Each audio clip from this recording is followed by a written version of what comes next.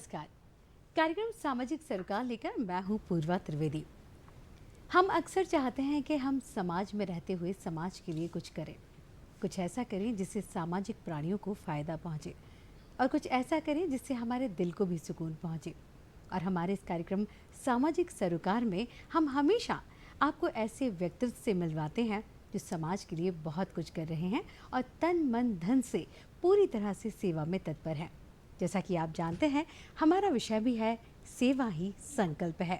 तो आज इस विषय पर हमने बात करने के लिए अपने स्टूडियो में आमंत्रित किया है वरिष्ठ समाज सेवी श्री विक्रांत वर्मा जी को। बहुत बहुत स्वागत है आपका हमारे इस कार्यक्रम में विक्रांत जी, सामाजिक सरोकार में। विक्रांत जी, जैसा कि हम जानते हैं कि आप कई सालों से सामाजिक कार्य में संलग्न हैं और समाज के हर तबके के लिए, चाहे महिलाएं हों, बच्चे हों, बुजुर्ग हों, पर्यावरण हो, यूथ हो, सभी के लिए आप कुछ ना कुछ करते आ रहे हैं और चाहते हैं कि समाज में ऐसा एक बदलाव लेकर आएँ जो हर एक को फ़ायदा पहुंचाए, सभी जन खुश रहें। तो सबसे पहले हम जानना चाहेंगे कि कौन सा फाउंडेशन है आपका या कौन सी संस्था है जिसके बैनर तले आप ये नेक कार्यों को अंजाम दे रहे हैं और कितने वर्ष आपको हो चुके हैं?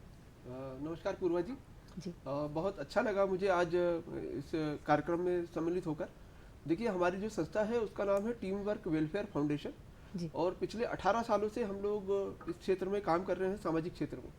उसमें जन जागरूकता के कार्यक्रम हैं, स्किल डेवलपमेंट के कार्यक्रम हैं, कुपोषण से संबंधित कार्यक्रम हैं। इसके अलावा पर्यावरण को लेके हम लोग प्लांटेशन का काम करते हैं। यही सारे कामों को लेके हम आम जनता के बीच में जाते हैं, अलग अलग क्षेत्रों में, चाहे मध्य प्रदेश हो, चाहे छत्तीसगढ़ हो, चाहे गुजरात हो, चाहे राजस्थान हो। काफ़ी समय हो गया, एक लंबी यात्रा तय करी है इस कार्यक्रम को हम लोगों ने करने की। बस इसी वजह से आज आपके सामने बैठे हुए।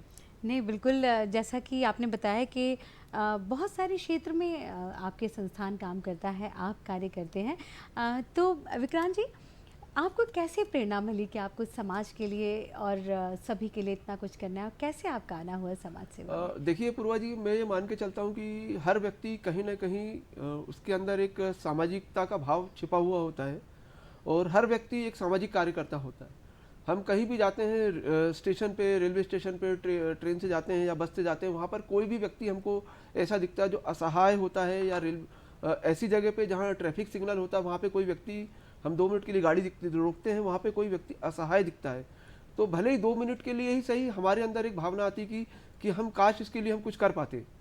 और इस सब करने के लिए वो जो 2 सेकंड का सिग्नल होता है वो एक पूरी लंबी यात्रा में परिवर्तित हो जाता है। कई बार जैसे कि हम लोग स्लम्स एरिया में जाके काम करते हैं, लोगों के बीच में जाके काम करते हैं, स्कूल में जाके, कॉलेजेस में जाके काम करते हैं, तो कहीं ना कहीं हमको ये भाव रहता है कि हमारे अंदर जो एक सामाजिकता का भाव है, हम उनके लिए कुछ कर पाए।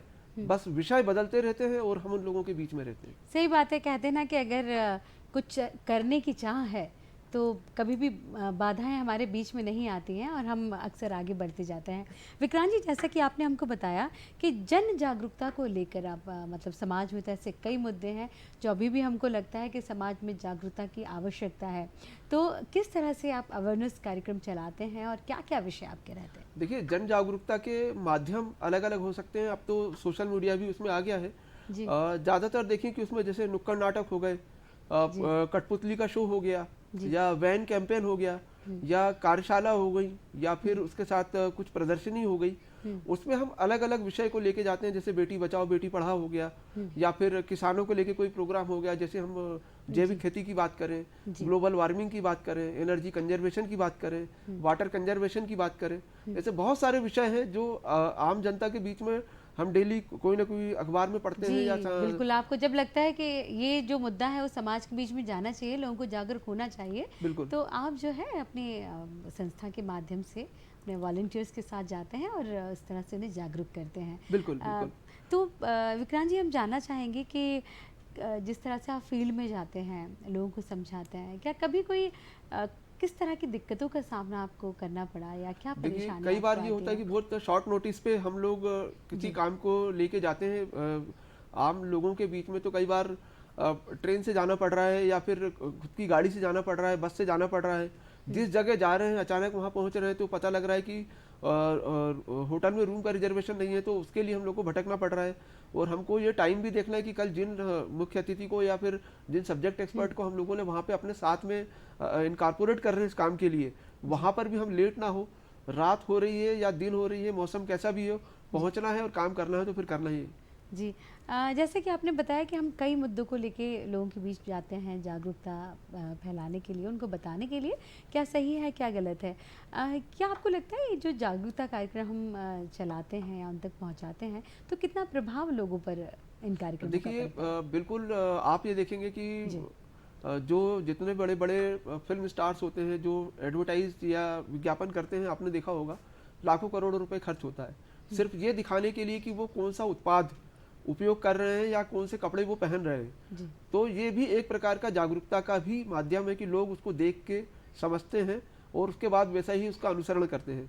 जब एक अच्छी स्क्रिप्ट के माध्यम से हम लोग किसी भी कार्यक्रम को या किसी विषय को हम जनता के बीच में लेके जाते हैं, सधी हुई स्क्रिप्ट रहती है, कलाकार अच्छा होता है, तो वो निश्चित रूप से जनमानस पर प्रभाव डालता है और उसका जो प्रभाव होता है वो बहुत लंबे समय तक के लिए रहता है। जी, यानी आपको लगता है कि जिस तरह से हम सपोज़ जैसे आपने बताया कि अब देखिए शौचालयों को भी लेके लोगों में जागरूकता जो है लानी पड़ी हमको और उनको बताना पड़ा कि क्या फ़ायदे हैं इसके, है ना? तो बहुत छोटे-छोटे ऐसे मुद्दे रहते हैं या हाइजीन को लेके रहते हैं, महिलाओं की सुरक्षा को लेते हैं, कुपोषण को लेकर होते हैं। तो जब आप लोग उदाहरण समेत उनको समझाते हैं, उन तक पहुँचते हैं, क्या कभी ऐसा हुआ कि इस तरह से उनने कभी डिनाई किया हो या बातों को मानने से? बिल्कुल बिल्कुल जी। बिल्कुल, जैसे स्वच्छ भारत मिशन का आपने बहुत अच्छा एक उदाहरण लिया है जी। कि लोग पहले खुले में शौच के लिए जाते थे।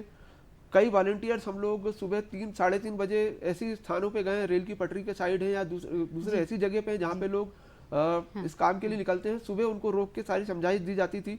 बहुत बड़ा प्रोग्राम था, उसमें एक रोको टोको अभियान जिसको बोला गया है, इस प्रोग्राम का नाम स्पेशली था रोको टोको अभियान, जी। कि उनको रोकना है और उनको टोकना है जी। और उनको बताना है कि ये जो काम आप करने जा रहे हैं इससे क्या दुष्परिणाम हो सकता है। सामने आएंगे। भूजल का पानी जो है वो दूषित हो सकता है, आसपास का वातावरण दूषित हो सकता है। स्वच्छता को लेकर आपने देखा होगा कि पिछले सालों कई सालों में काफ़ी बदलाव आया है और मध्य प्रदेश के हमारे 2 शहर भी क्रमशः प्रथम, और इंदौर और जी, भोपाल द्वितीय बिल्कुल। उस पर रहा है। और आज भी जब लोग इंदौर आते हैं या भोपाल की तरफ आते हैं तो उस रोल मॉडल को अपनी सिटी या अपनी जगह पर उसको अप्लाई करने के लिए कोशिश करते वो हैं, पॉइंट बिल्कुल। सारे नोट जी। करते हैं कि यहाँ पर किन किन गतिविधियों का समावेश किया गया था, तो हम लोग भी उसी पॉइंट्स पे जाके काम कर सकते हैं। जी। जैसा कि आपने बताया अगर बात कुपोषण की जाए तो वो भी विक्रांत जी एक ऐसा मुद्दा है कि हम लोगों को जब समझाते हैं कि कुपोषण क्या है, किस तरह से उसको दूर किया जा सकता है, बच्चों में कुपोषण कैसे दूर किया जा सकता है, महिलाओं में कैसे, तो उसको लेके किस तरह के कार्यक्रम आप डिज़ाइन करते हैं और कैसे पहुंचते देखिए हैं लोगों कुपोषण जी। पूर्वा जी एक ऐसा विषय है कि लोगों को ये लगता है कि गरीब घर के जो बच्चे हैं या महिलाएं हैं, युवतियां हैं, उन्हीं को कुपोषण हो सकता है। जबकि कुपोषण के बारे में जो भ्रांतियां वो मैं दूर करना चाहूँगा कि एक अच्छे खासे परिवार, जो संपन्न समृद्ध परिवार के लोग भी हैं, वो भी कहीं ना कहीं कुपोषित हो सकते हैं। कुपोषण में क्या होता है कि जो व्यक्ति एक बैलेंस डाइट या न्यूट्रिशियस फूड नहीं लेता, तो किसी न किसी विटामिन की, प्रोटीन की, मिनरल्स की उसको डिफिशियंसी आती है। लोगों को लगता है कि बढ़िया खा रहा है, हेल्दी है, वेट अच्छा है या वेट अच्छा गेन कर रहा है, तो वो कुपोषित नहीं हो सकता, जबकि ये धारणा गलत है। अब ये बात अलग है कि जो गरीबी रेखा से नीचे जो जीवन यापन करने वाले परिवार हैं, जिनको पर्याप्त मात्रा में सुपोषित आहार नहीं मिल पाता, ऐसी स्थिति में हम लोग स्कूल, जो गवर्नमेंट स्कूल्स हैं, गवर्नमेंट कॉलेजेस हैं, ट्राइबल हॉस्टल्स हैं, वहाँ पे हम 5 प्रकार के सुपोषित आहार प्रत्यक्ष प्रदर्शन, लाइव डेमोन्स्ट्रेशन करते हैं। अच्छा, और लेके वहाँ पर जाते हम हैं, उनको बनाना सिखाते हैं। पूरा जो साथ में उसका मटेरियल है, गैस स्टोव है, सारे बर्तन है, कुकर है, और 5 प्रकार के जो मटेरियल बनाते हैं वो हम लेके जाते हैं और वहाँ पे उनको बना के सिखाते हैं, दिखाते हैं और उसको टेस्ट भी कराते हैं। साथ में हम लोग ब्रोशर्स और पम्पलेट्स भी लेके जाते हैं जी। और उस ब्रोशर और पम्पलेट्स के माध्यम से ये बताते हैं कि आप इसे संभाल के रखिए, आप इसमें जो चीज़ें हम लोगों ने यहाँ पे प्रैक्टिकल करके बताई हैं, वही इस पम्पलेट और ब्रोशर में हम लोगों ने इसको नोट किया हुआ है। आप इसको पढ़ेंगे, ये आपके फ्यूचर में हमेशा काम आएगा।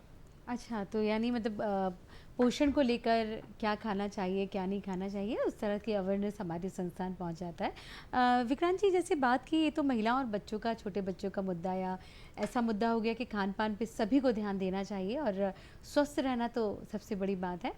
वहीं अगर बात युवाओं की जाए, तो कौशल विकास को लेकर भी आपका जो संस्थान है, आप लोग हैं, मतलब बहुत अच्छे कार्य कर रहे हैं, जागरूक कर रहे हैं लोगों को, युवाओं को, और रोज़गार के लिए भी उन्हें प्रेरित कर रहे हैं। उसके बारे में भी हम जानना चाहेंगे। देखिए ये पूर्वा जी, जो देश है बहुत तेजी से बदल रहा है हुँ, और आप देख रहे हैं कि जिस तरह से ग्लोबलाइजेशन का इंडस्ट्रीकरण हुआ है, बहुत तेजी से वो अपना एक प्रभाव छोड़ रहा है। हुँ, आज जो पहले बच्चे सिलेबस से पढ़ के बाहर निकलते थे, हुँ, आज वो देख रहे हैं कि एक अलग अलग स्किल्स में जो डिमांड है कंपनी की, वो मांगी जा रही है कि आपको हमारे इस सेक्टर में हमको ये स्किल्ड युवाओं की ज़रूरत है। तो उस क्षेत्र में पिछले कई सालों में काफ़ी काम हुआ है। हुँ, अलग अलग सेक्टर्स हैं, जैसे आपका इलेक्ट्रिशियंस है, फिटर है, वेल्डर है।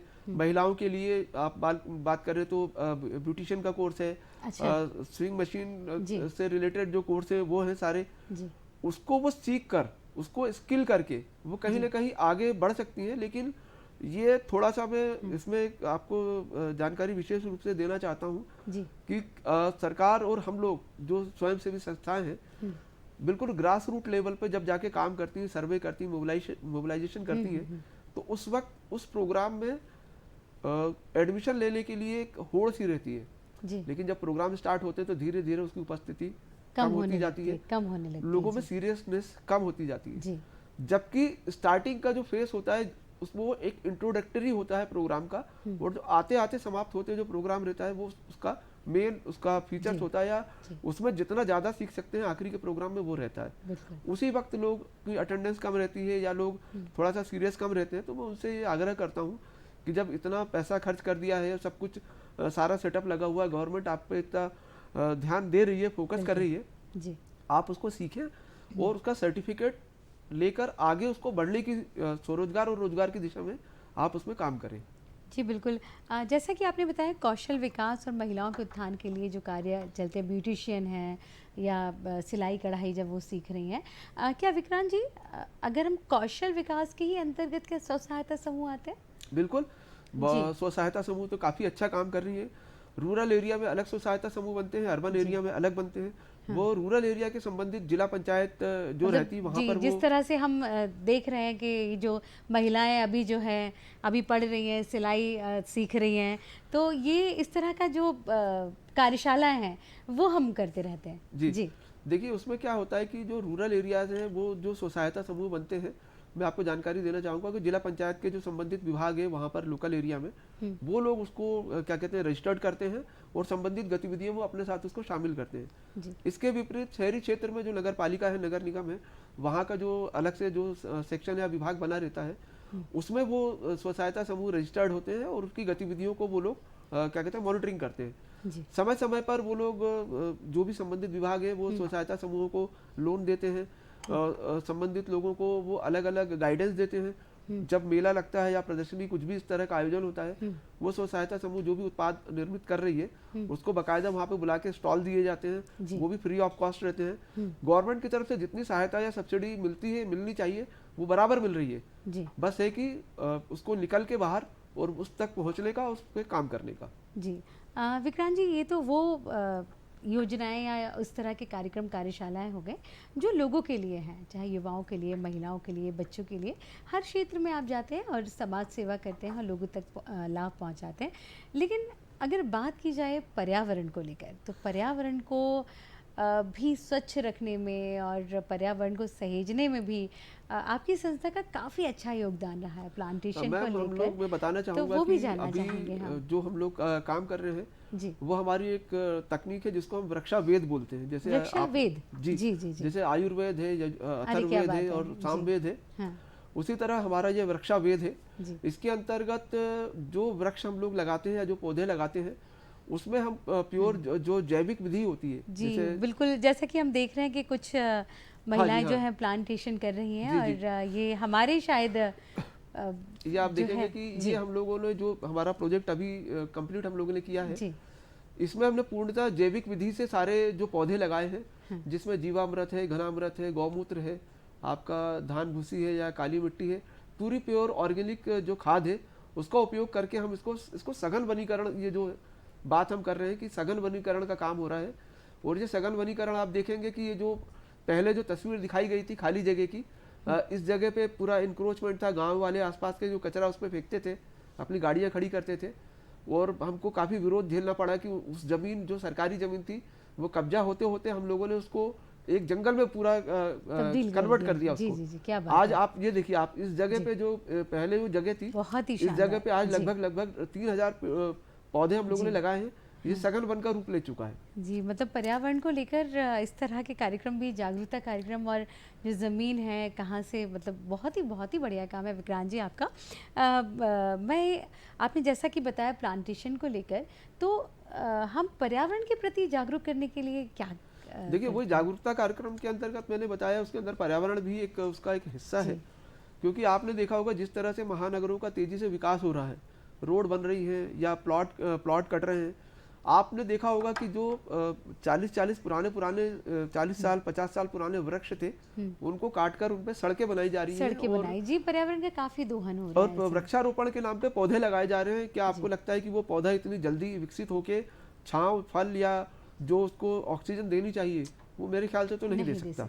नहीं तो दे इस ओर में मैं ये कहना चाहूँगा कि विकास होना चाहिए नगरों का, लेकिन इन शर्तों पे नहीं होना चाहिए कि आप जो शहर के या गांव के या जंगल जो लगे हुए हैं, आप उनको काट कर उनका विकास कर रहे हैं।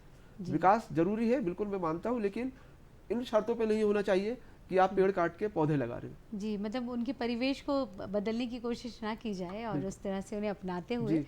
साथ में तरक्की भी करना है, लेकिन बिल्कुल, पर्यावरण बिल्कुल, को भी बिल्कुल। सहेजना है। विक्रांत जी, जैसे कि आपने बताया कि किस तरह से आप अलग अलग फील्ड में जाके और इस तरह से लोगों को अवेयर करते हैं समाज के प्रति, पर्यावरण के प्रति, लोगों के प्रति।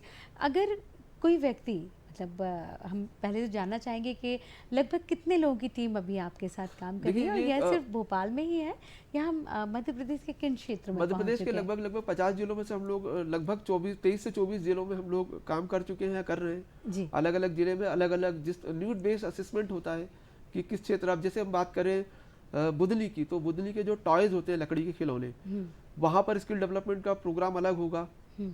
भोपाल में जो शुरू से जरी दरदोजी और आर्टिफिशियल जो के जो जेवर बनते हैं, उस पर स्किल डेवलपमेंट अलग होता है। अगर हम रायसेन जाएंगे तो पता लगेगा वहाँ जूट का काम हो रहा हर तरह की है, देवास विशेषता को में लेकर। लेदर का जी काम जी हो रहा है, जी इंदौर में लेदर जी। का काम हो रहा है। हाँ। तो नीड बेस्ड असेसमेंट होता है, उसके अकॉर्डिंगली वो काम वहाँ पे जाके हम लोग करते हैं, उस तरह की टीम बनाते हैं, उस तरह के सब्जेक्ट एक्सपर्ट जोड़ते हैं, बस धीरे धीरे चलते हैं और कारवा बनता जाता है। यानी मतलब आपके साथ तो ये कह सकते हैं कि आप आगे बढ़ते जाते हैं, लोग जुड़ते जाते हैं, और कारवा बन के जो है वो आगे जाता है ना? ये तो बहुत बढ़िया है। अगर विक्रांत जी, लोग आपसे जुड़ना चाहें या आपकी संस्था से जुड़कर कुछ कार्य करना चाहें, समाज सेवा से जुड़ना चाहें, तो क्या ऐसा जरिया है, क्या ऐसा माध्यम है बिल्कुल, जो बिल्कुल, बिल्कुल। आपसे कनेक्ट हो हम सकते लोग हैं, समाज समय के लिए समय कुछ अच्छा कर पर सकते जो हैं? हमारे सब्जेक्ट एक्सपर्ट रहते हैं उनसे हम जी। बात करते हैं, जिस जिले में जाके काम करते हैं, जी। वहाँ के जो एक्सपर्ट लोग हैं या फिर कुछ सीखना चाहते हैं साथ में रह के, बिल्कुल हम लोग उनको जोड़ते हैं, एक टीम बनाते हैं। संस्था का नाम ही टीम वर्क है। जी। तो हम पूरा काम, हम तो ये सोच के चलते हैं कि कोई भी काम कितना भी बड़ा हो या कितना भी छोटा हो, बिना टीम वर्क के नहीं हो सकता। बिल्कुल तो व्यक्ति कोई कितना भी बड़ा हो, कितना भी छोटा हो, जी। साथ में जुड़ेगा तो टीम बनेगी, और टीम बनेगी तो फिर काम होगा। काम जी।